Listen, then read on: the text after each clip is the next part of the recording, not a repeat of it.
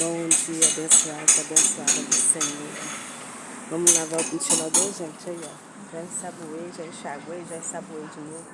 Deixei assim para ir soltando as poeiras. E vamos lavando o ventilador, gente. Dá uma geral em tudo aí, limpa tudo aí. Refrescar esse dia abençoado de Deus, né? Mas gente, olha que sol bonito, ó. Que calor lindo, né? Graças a Deus por tudo. Diz que depois do dia 20 é que vai vir uma chuvazinha. Ah, diz que pode chover hoje, domingo. Deus te abençoe, te proteja, te livre de todo mal. Você e sua família, hein? Não só hoje, para todos sempre. Amém. Graças a Deus. Bom domingo. Deus te abençoe.